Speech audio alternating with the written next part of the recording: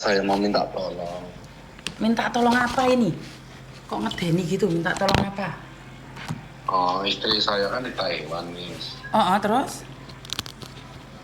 Nah, ini mulai bulan Juli itu memang dari mulai Lebaran itu mulai berubah ya. Terus? Terus di bulan Juli itu hilang, Siapa yang hilang? hilang kontak. Oh, hilang kontak, terus? Ah, saya telepon agennya, katanya kabur. Aduh, terus? Nah, habis itu nomor saya sama agennya di blok. Tuh. Oke. Mbak, Mas sama ngrungokno YouTube-ku pateni dikit Mas, YouTube-ku Mas. Nggih, minta materi di situ. Suarane mantul to, Le. Nah, wis. Istrimu berapa lama di Taiwan?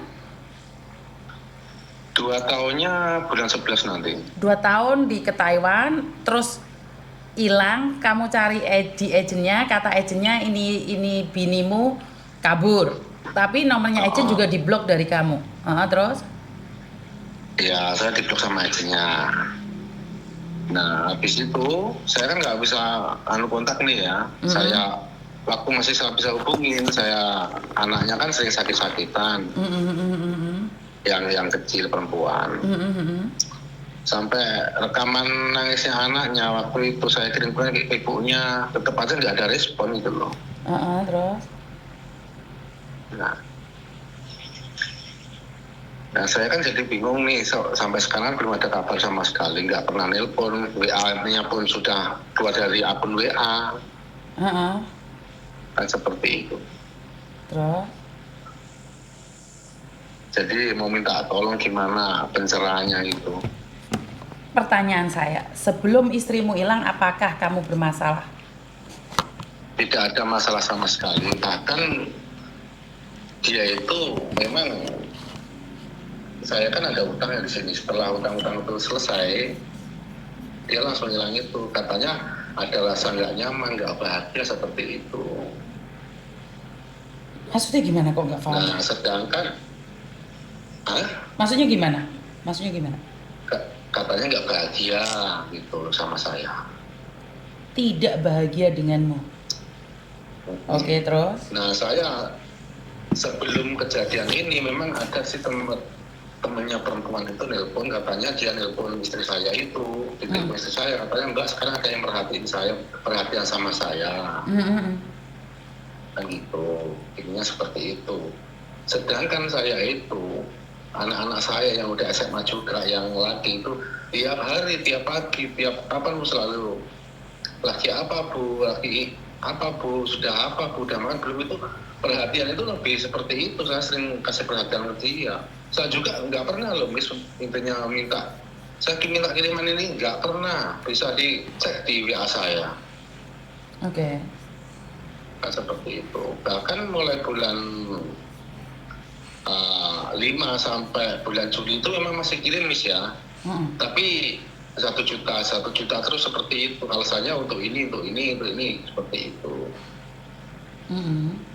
Nah, terakhir kirim 1.985.000 itu bulan Juli. Itu. Nah, menurut anunya kan kabur seperti itu, dan setelah itu emang ada si kawan yang ngasih kabar, katanya dengan seseorang yang seperti itu. Oke.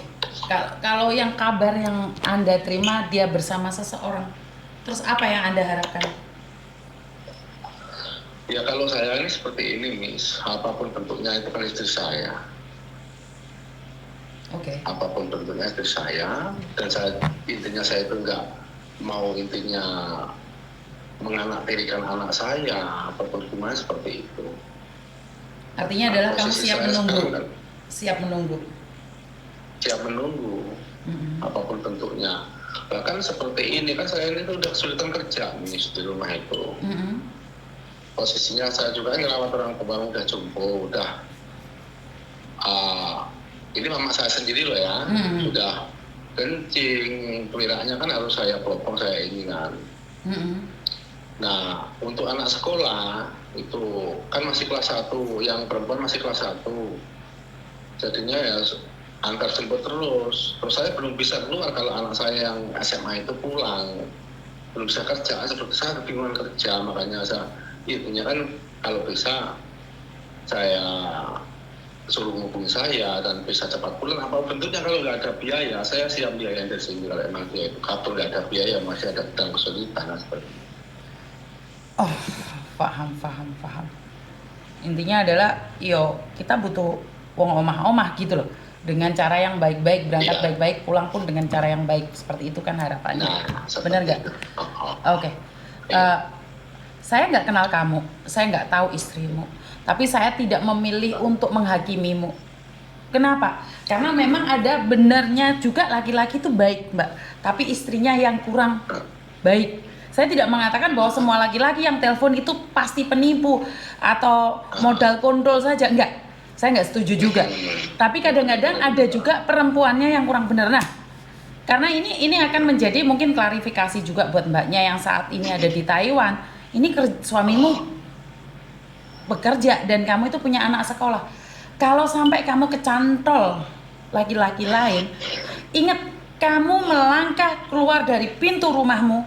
Ini ingin menjadi berkat buat anak-anakmu, menjunjung tinggi harkat dan martabat keluargamu, mengangkat anakmu agar tidak sama denganmu. Karena itu kamu berangkat ke luar negeri. Tapi ingat, jangan sampai kamu ke luar negeri menjadi debu. Menjadi debu artinya adalah kamu lupa segalanya, lupa tujuanmu. Sesakit apapun itu, anakmu lah. Saya tidak tahu perkaramu dengan suamimu, saya nggak ikut campur. Jika kamu bermasalah dengan suamimu, itu urusanmu. Tapi jangan sampai meninggalkan anakmu. Anakmu masih sekolah. Jika kamu keluar negeri menjadi debu, tahu nggak? Anakmu akan menjadi debu. Kenapa? Satu, dia gagal untuk melanjutkan pendidikan yang lebih tinggi. Sementara kamu maknya lulusan SMA, anakmu sekarang SMA. Lah kamu masa menghilang sih? Jadi ini buat pesan buat emak-emak yang ada di luar sana. Saya tidak peduli apapun masalahmu dengan suami. Tapi saya cuma pingin bilang, tetaplah tujuanmu untuk anakmu. Saya tidak ingin ikut campur masalah keluargamu, tapi masalah anakmu itu lebih penting daripada semuanya. Karena tujuan kamu keluar negeri bukan untuk bersenang-senang, tapi menyenangkan keluargamu.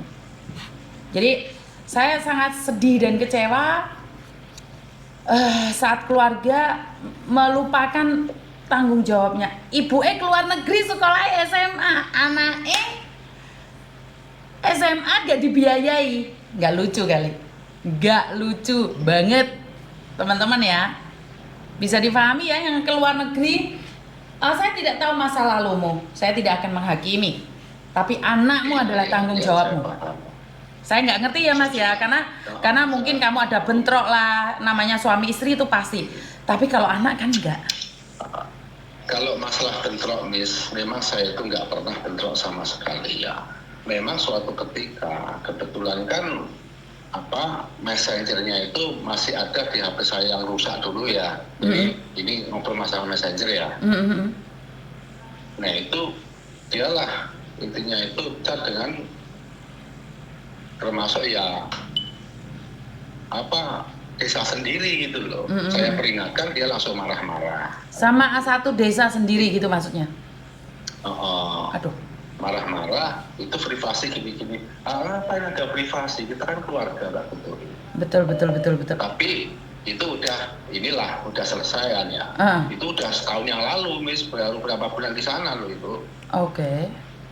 Nah memang semenjak berubah itu semenjak libur ya, diperkirakan sekitar sebelum lebaran itu kan libur itu mulai berubah. Habis libur itu mulai berubah. Oke. Nah, ya intinya terus kawannya yang tag sama dia itu sekarang juga ngeblok saya gitu. Oke. Nah kan intinya dia kan minta gugat cerai nih, katanya saya selingkuh sama teman dia yang di Taiwan katanya, ini saya dengar dari orang-orang ini kan ya. Nah, terus saya ngomong sama dia, saya SMS sama dia orang itu, kalau memang saya benar selingkuh sama dia, ngajak selingkuh, bukan selingkuh, ngajak selingkuh dia orang, itu malah permudah kamu untuk proses perceraian kamu kalau kamu mau buat saya. Jadi kan dia saksi kan bisa, Pak gitu. Kalau memang itu benar loh, Pak itu ya benar nggak sama saya itu? Kalau memang dia itu benar, saya itu ngajak dia selingkuh. Kan bisa untuk saksi untuk dia nanti gugat cerai kan seperti itu. Bahkan sekarang anak-anaknya ini kan yang pasti mentalnya yang bikin saya miriskan. Tiap malam kadang-kadang ngigau sampai panas ngigau ibu kok belum pulang Pak. Nah seperti itu dalam dia maaf dia ini. Tiap dia pulang sekolah kan saya yang nunggu dia, saya yang jemput, dan dia itu sempat protes sama saya. Coba kalau itu ada kan aku nggak malu sama teman-temanku. Oke.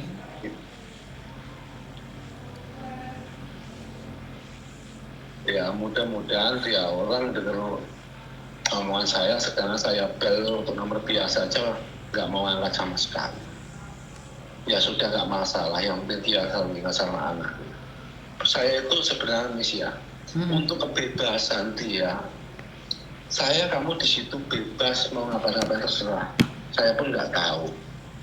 Kalau kamu ingin tahu kabar saya yang di Indonesia, kamu sedetik ini pun, kapanpun kamu bisa dapat kabar dari orang-orang terdekat saya, orang-orang lingkungan saya. Tapi kalau saya ke situ, nggak mungkin bisa dapat kabar kamu, entah kamu gimana. Siap.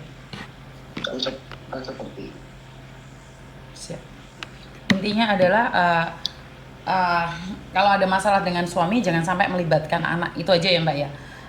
Kamu SMS-an sama tetanggamu itu privasimu, tapi mana ada suami istri terus SMS-an sama orang lain, nggak lucu sekali. Saya aja dituduh sama selingkuh sama polisi yang nuduh orang lain, tapi suami saya ketawa aja, ketemu aja kagak, teleponan juga kagak, saya live terus, gimana saya dituduh selingkuh sama polisi? Heran aja kalian. Ampun dah. Terakhir saya hubungin ya, itu tanggal 31 Juli. Ya. Nah posisi dia tak suruh video call tapi kadang sepi.